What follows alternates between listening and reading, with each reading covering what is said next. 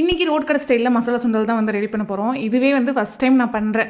நிறைய யூடியூபெல்லாம் பார்த்து ரெஃபரன்ஸ் எல்லாம் எடுத்து அதுக்கப்புறம் தான் நான் வந்து செய்யவே ஸ்டார்ட் பண்ணேன். இதுக்கு ஃபஸ்ட் இந்த மாதிரி ஒரு மிக்ஸ் ஜாரில் 2 பச்சை மிளகா, ஒரு துண்டு இஞ்சி, 5 பல் பூண்டு, 2 தக்காளி, 2 பெரிய வெங்காயம் இதெல்லாமே போட்டு அரைச்சி எடுத்துக்கணும். அதுக்கப்புறம் இந்த மாதிரி ஒரு கடாயில் 2 டேபிள் ஸ்பூன் ஆயில் விட்டுட்டு கூடவே கொஞ்சமாக இஞ்சி பூண்டு பேஸ்ட்டு நம்ம அரைச்சி விழுது போட்டு நல்லா எண்ணெய் பிரிஞ்சு வந்ததுக்கப்புறம் தேவையான உப்பு, 1 டேபிள் ஸ்பூன் மிளகாய்த்தூள், 1/2 டேபிள் ஸ்பூன் கறி மசாலா, 1/2 டேபிள் ஸ்பூன் கரம் மசாலா இதெல்லாமே போட்டு நல்லா கிளறி விட்டுட்டு கூடவே வந்து கொஞ்சம் கொத்தமல்லி கருவேப்பிலை இதெல்லாமே போட்டு நல்லா வணக்கிட்டு சுண்டல் வேக வச்ச தண்ணியும் கொஞ்சம் சுண்டல் ரெண்டையுமே போட்டு நல்லா வணக்கி விட்டு அது கொதிக்கிற வரைக்கும் நல்லா மூடி போட்டு மூடி வச்சிருங்க.